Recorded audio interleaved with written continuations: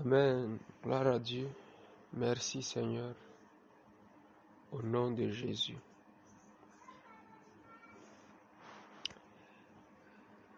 Seigneur, encore une fois, éclaire-nous Seigneur par ta parole. Accorde-nous de la compréhension. Accorde-nous l'entendement. Au nom puissant de Jésus. Je bénis Dieu encore pour cette opportunité de pouvoir partager la parole du Seigneur avec nous. Il est bon d'écouter la parole de Dieu, c'est une bonne chose. Et il est aussi possible d'entendre au-delà de ce que une personne peut dire. C'est pourquoi la parole de Dieu répète souvent que celui qui a des oreilles entende ce que l'Esprit est en train de dire. Tout le monde a des oreilles, mais il ne parle pas de ses oreilles physiques que nous avons. Voici pourquoi moi, des fois, je ne cesse d'écouter et de réécouter le même message plusieurs fois. Parce qu'au-delà du message, je veux l'esprit même du message. Ce n'est pas juste le message.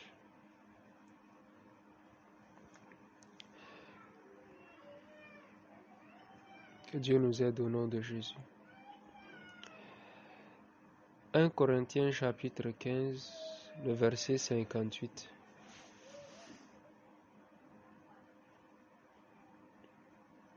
1 Corinthiens 15, verset 58. Ainsi, mes frères bien-aimés, soyez fermes, inébranlables, travaillant de mieux en mieux à l'œuvre du Seigneur, sachant que votre travail ne sera pas vain dans le Seigneur. Amen. Travaillant de mieux en mieux à l'œuvre du Seigneur.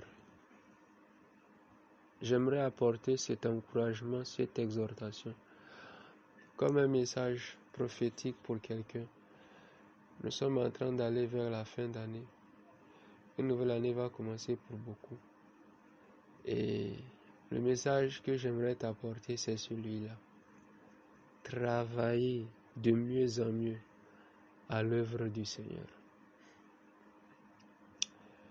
Il y a des choses que Dieu nous a données comme tâche, comme responsabilité. Il y a des choses auxquelles Dieu nous a appelés. Il y a des responsabilités que Dieu va nous augmenter au fur et à mesure. Lorsque Dieu aura jugé que nous sommes dignes de confiance. Une des choses que Dieu demande, c'est la fidélité. C'est la fidélité. Il dit, bon et fidèle serviteur, entre dans la joie de ton maître. La manière dont nous testons l'amour, c'est par la fidélité. Quand le Seigneur viendra de te retrouver en train de faire ce qu'il t'a confié, c'est en cela qu'il saura que tu le sais réellement. Tu es fidèle en train de faire ce qu'il t'a demandé de faire. Dieu nous a demandé de faire différentes choses. Nous faisons beaucoup de choses pour le Seigneur, selon que le Seigneur nous a placés dans différents endroits. Lorsque j'ai commencé à servir Dieu, Amen, je rappelle que je ne suis pas pasteur. Et je le dis, non pas par... je ne le dis pas pour être humble, non, c'est pas de l'humilité. Quelqu'un dira, mais s'il n'est pas pasteur, tu es quoi alors? Ouais, je voudrais bien vous dire que je suis un frère, ce qui est vrai, mais je ne suis pas non plus dans ceux qui disent que nous sommes seulement frères. Non.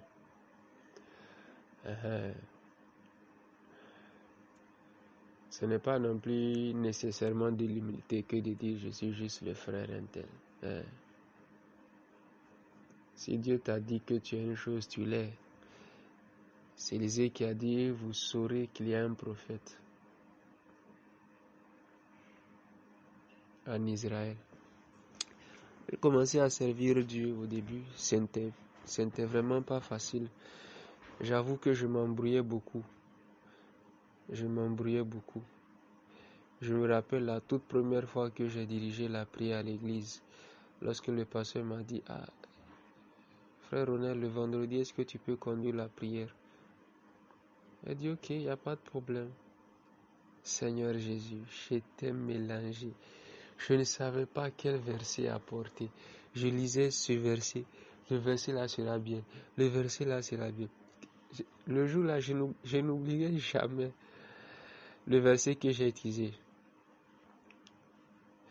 J'avais exhorté sur le verset qui dit que si notre évangile est voilé, il n'est pas voilé pour nous, il est voilé pour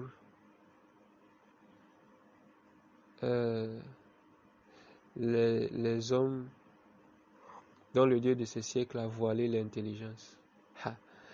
Et vous savez quoi? C'était un copier-coller. Le message c'était un copier-coller. Je crois 4 fois j'ai prêché, au tout début, 4 fois j'ai prêché un message qui était copier-coller. Mot pour mot. Oh mon Dieu, mot pour mot. Et quand on disait, dans le message, j'étais embrouillé, je ne savais pas qu'est-ce qu'il fallait aller. Je partais dans tous les sens. Et j'ai dit à Dieu, un jour je me suis arrêté. Je me suis parlé à moi, j'ai dit, attends, Sita, ceux qui prêchent, qui exhortent, qui donnent les messages là, n'est-ce pas Dieu qui leur a donné ça? Pourquoi est-ce que moi, Dieu ne peut pas me parler aussi? Pourquoi est-ce que je dois prêcher le message d'un autre? Non. Non. Ça m'a révolté, j'ai commencé à prier, à demander. C'était pas facile au début. C'est même pour ça qu'au début, quand je lisais un passage, le Seigneur m'accordait une révélation. Un passage s'ouvrait. J'entretenais ça comme un œuf. Je dis que ça là. Et j'avais peur, je disais que mais cette révélation là, si tu partages ça là, finalement, qu'est-ce que tu auras à dire encore la prochaine fois? Qu'est-ce que tu auras à dire la prochaine fois? Hein? Parce que les révélations étaient rares, comme au temps du sacrificateur Élie. Et les visions étaient peu nombreuses. Mais gloire soit rendue à Dieu. J'ai commencé par prier. Comme j'ai dit au début, ce n'était pas facile. Parce que après avoir prié, je ne savais toujours pas quoi dire. J'étais embrouillé. Des fois, j'avais peur. Je concoctais les messages comme ça, un message cérébral que j'amenais. Et le problème, c'est que quand un message vient de la tête, il ne peut rester que dans la tête. Ça ne va parler que dans la tête des gens. Mais ça ne peut pas affecter le cœur et produire une œuvre permanente dans le cœur des gens. Mais j'ai continué comme ça, insister, Seigneur, il faut que tu me donnes un message. Et un jour, parce qu'au début, quand je priais, je n'avais toujours pas de réponse. J'ouvrais juste la Bible et je choisissais un passage, je faisais cérébralement. Puis un jour, j'ai dit non. Tant que tu ne me donnes pas, je ne vais rien dire. Et j'oublierai jamais un jour, c'était la réunion des jeunes, on m'a dit que je devais exhorter. On m'avait assez des jours durant, averti des jours durant, des jours avant. Et jusqu'au moment où on allait commencer la réunion, je ne savais pas encore ce que j'allais dire. Je priais, mais j'ai refusé d'aller choisir un message encore, d'ouvrir moi-même un verset. Et je suis resté là, continuer à prier, Seigneur. Au dernier moment, à quelques minutes du début, un verset est venu. J'ai dit, oh, ok. J'ai pris le verset, j'ai lu le verset. Le Seigneur a continué à me parler. J'ai concocté un message comme ça et j'ai donné. Ensuite, La fois qui a suivi, la même chose. Au fur et à mesure, j'ai commencé par apprendre. Des fois, jusqu'au moment où je vais ouvrir la bouche, commencer à parler, je ne sais pas encore qu'est-ce que je vais dire. Des fois, c'est dans le champ qu'on a donné là que tu vas naviguer pour commencer à parler. Et à ce moment-là, le message va venir. Bref, cela dit, ce n'est pas une raison pour rester vide. Il faut que la parole de Dieu habite en toi abondamment. Abondamment. Voici pourquoi, si tu es chrétien depuis 3 ans, même depuis 3 ans, tu n'as jamais lu la Bible de Genèse à Apocalypse, tu n'as rien à faire avec méditation. Dis que tu es en train de méditer la Bible chapitre par chapitre. Oh gars, ok, tu peux ne pas arrêter la méditation, mais tu dois retourner à la lecture. Chaque enfant de Dieu doit avoir au moins lu la Bible de Genèse à Apocalypse, ne serait-ce qu'une seule fois dans sa vie. Il faut lire la parole de Dieu jusqu'à ce que tu commences à penser en verset, jusqu'à ce que tu commences à raisonner en verset. Ce n'est pas juste de citer, dit, comme la Bible dit dans tel, mais que même quand tu réfléchis, même quand tu raisonnes à partir des Écritures, tu raisonnes à partir des passages de l'Écriture. Que ta philosophie soit celle des Écritures. C'est ce que le Seigneur veut pour nous. Donc c'était comme ça s'est amélioré avec le temps, par la grâce de Dieu. Puis un moment a commencé à venir, chaque fois quand je priais. Ça ne prenait plus du temps, le Seigneur mettait un verset dans mon cœur. Des fois, le Seigneur disait juste une phrase. L'obéissance aux instructions de Dieu. Je dis, ok. Donc quand il disait ça, juste avec la connaissance que j'ai de la Bible, je trouvais un verset, je m'asseyais, je méditais. Seigneur, parle-moi. Je priais. Et ça a continué comme ça, par la grâce de Dieu. Ensuite, toujours, je me suis rendu compte qu'une des autres difficultés que j'avais au début, c'était que je me suis rendu compte qu'il est facile de prêcher des choses qu'on ne vit pas. D'abord, tu te rendras compte que si tu ne fais pas attention, tu vas commencer à lire la parole de Dieu pour les autres et non plus pour toi-même. Quand tu lis, tout ce à quoi tu penses, c'est ça c'est un bon message. Ça là, si je prêche ça, de telle sorte que quand le Seigneur est en train de te parler personnellement, tu oublies cela. Tu ne prêtes pas attention. Tu ne te rends pas compte que celui à qui on est en train de parler, c'est toi. C'est toi et non pas les autres. On peut rapidement tomber dans ce piège et facilement tomber dans le piège de prêcher des choses qu'on n'a pas dans sa vie. Et je me suis rendu compte qu'au début, j'étais doué pour donner des conseils que moi-même je n'appliquais pas. J'ai dit à Dieu, non, Seigneur, ça ne peut plus continuer comme ça. Ce n'est pas bien.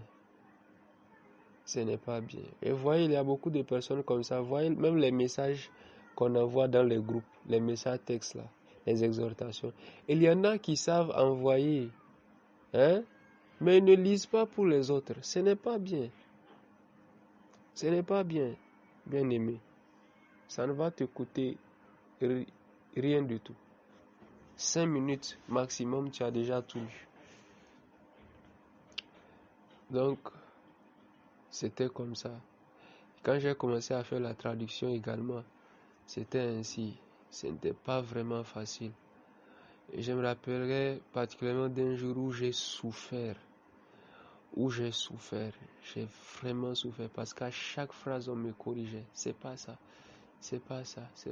Mais j'ai persisté, je suis resté dedans. Avec le temps, par la grâce de Dieu, je me suis amélioré. Et je me suis rendu compte que ce qui m'a beaucoup aidé, c'est que avant de commencer, je priais toujours. Et pendant que j'interprétais, je priais toujours. Je traduisais du moins, je priais toujours.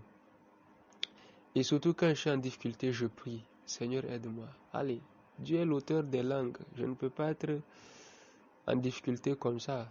Aïe, Seigneur, aide-moi. Seigneur, aide-moi. Avec le temps, par la grâce de Dieu, je me suis amélioré. Et vous voyez, c'est facile. À cette période-là, il y avait beaucoup qui pouvaient faire l'interprétation, qui refusaient de le faire, qui restaient là et qui se contentaient de corriger. Bien aimé, Dieu bouge avec ceux qui bougent. Tu auras le don, tu vas rester là en te croyant un champion. Un jour, tu vas te lever comme Samson, te secouer, tu croiras que tu pourras te sortir comme les autres fois, mais tu ne sauras pas que l'Esprit de Dieu est déjà parti, que le don s'est éteint. Le jour où tu vas faire appel, il ne sera plus là. Puisse ce jour ne pas arriver dans ta vie au nom de Jésus. Mettons ce que Dieu nous a donné à son service. Nous apprenons sur le tas. Personne n'est parfait. Personne n'apprend tout d'un coup. Au fur et à mesure, Dieu apporte des corrections. Dieu nous corrige. Dieu nous corrige. Oui. Telle chose, ce n'est pas bien. Maintenant, c'est juste des exemples. Ça ne se limite pas à ce que j'ai dit. Peut-être que tu es instrumentiste à l'église. Peut-être que tu es dans le service de nettoyage à l'église. Peut-être que tu es portier. Peut-être que tu es dans la libéralité. Peut-être que tu es sert de bénévolat de bénévole dans un orphelinat. Peut-être que tu chantes à l'église, ou même que ton service est pour le Seigneur, mais en dehors de l'église, parce que nous ne servons pas Dieu nécessairement à l'église. J'aimerais t'encourager à servir le Seigneur de mieux en mieux. Écoute-moi, il y a quelques années, on m'avait demandé d'exhorter. Et pendant que je priais sur la route, je partais. Dieu m'a dit une phrase que je ne vais jamais oublier. Le Seigneur m'a dit, il n'y a pas de meilleur investissement que de donner les meilleures années de sa vie à Dieu. Voici pourquoi David a dit, j'ai été jeune, j'ai vieilli, je n'ai jamais vu le juste abandonné, ni sa postérité mendiant son pain. Le meilleur choix que tu puisses faire, c'est celui de servir Dieu dans ta jeunesse maintenant. Un moment viendra où tu ne pourras pas le faire même quand tu voudras. Vous savez, ce que je veux, vous voyez comment on dépense l'argent. Je voudrais que tu décides à ce que Dieu dépense ta vie comme il dépense l'argent. Comme les hommes dépensent l'argent, dis à Dieu de dépenser ta vie de cette façon, pour son service et pour son œuvre. Et pour son œuvre.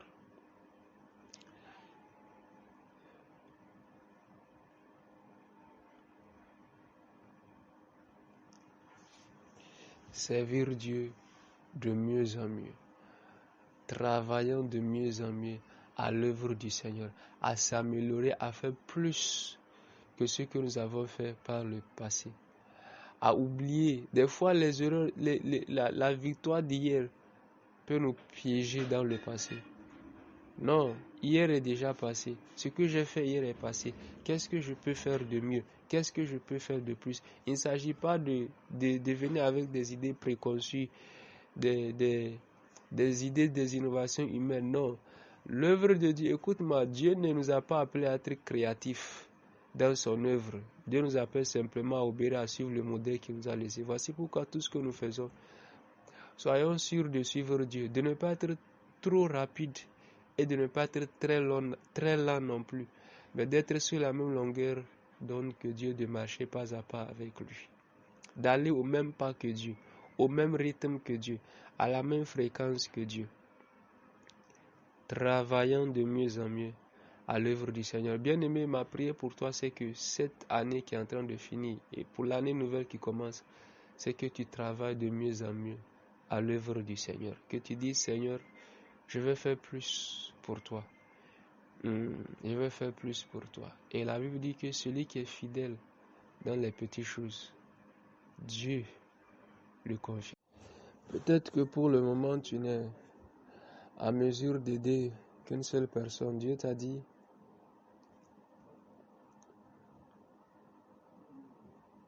d'aider. Et tu ne peux aider qu'une seule personne. Sois fidèle là-dedans. Peut-être que tu ne peux aider que 2 ou 3. Sois fidèle. Dieu te donnera la grâce, la capacité de pouvoir aider davantage. Voyez, servir Dieu, c'est aussi un processus. Même la connaissance de la parole de Dieu, censée se faire pas à pas, précepte après précepte. C'est un pas à la fois. Un pas à la fois.